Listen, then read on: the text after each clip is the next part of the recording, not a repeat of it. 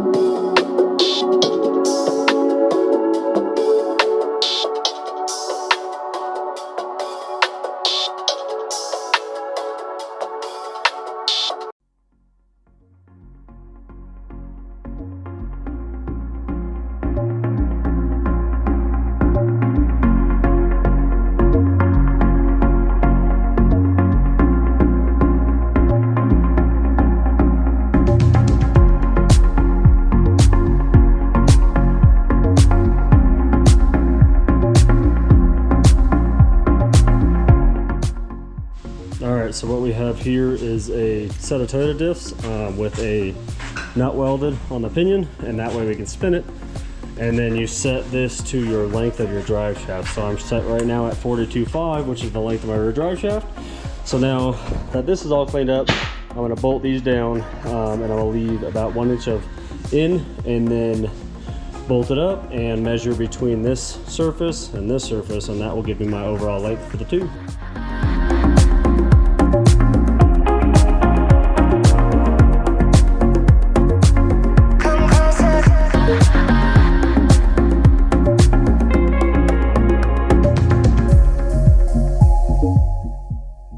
Alright, so we got some of this cut. This is schedule 40, 2.5 inch, and it fits really nice around here, a little bit loose. So what you do is, I'll show you.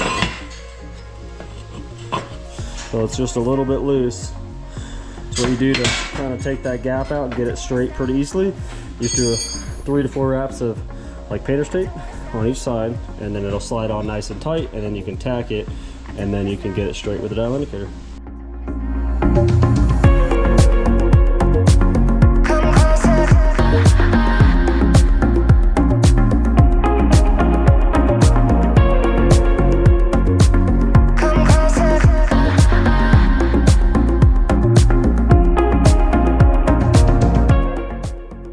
Alright, so with it tacked together, now we can set the dial indicator up on it and basically see where the low and high points are. And then on those high points, we can pop it with a hammer until it gets pretty close, and then we can work it with tacks and get it nice and straight.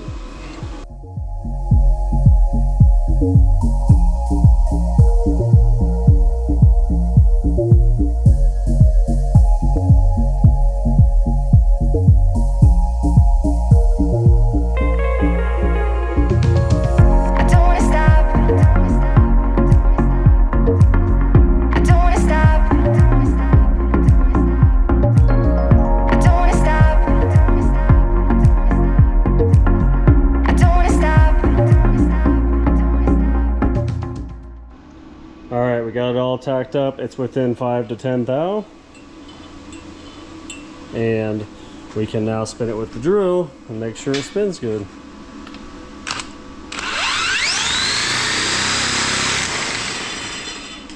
Ready to weld.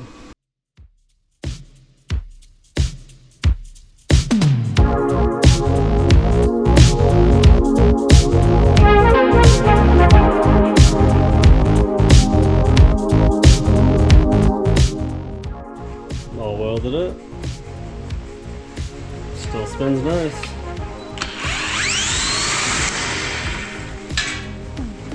You got to make sure when you're doing this to get the U-joints lined up.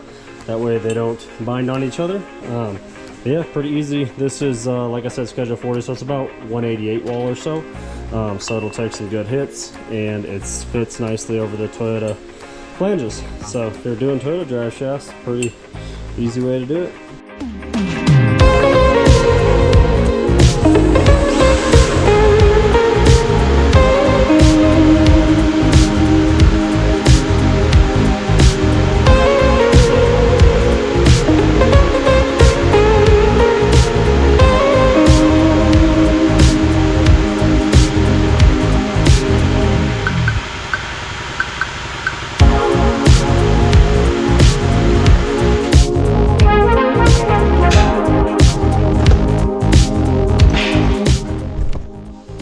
Drive shaft all painted up. We'll unbolt it and see if it fits right.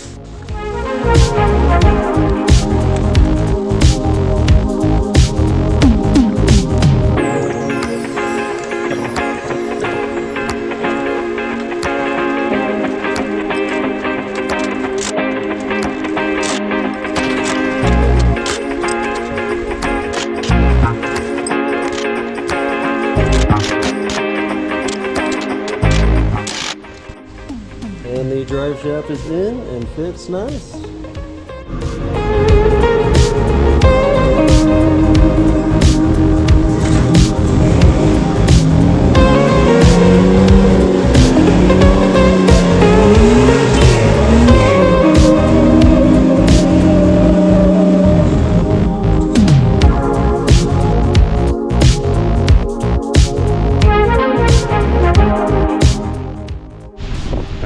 Got the truck loaded, drive shafts in. Just gotta load everything up, head out.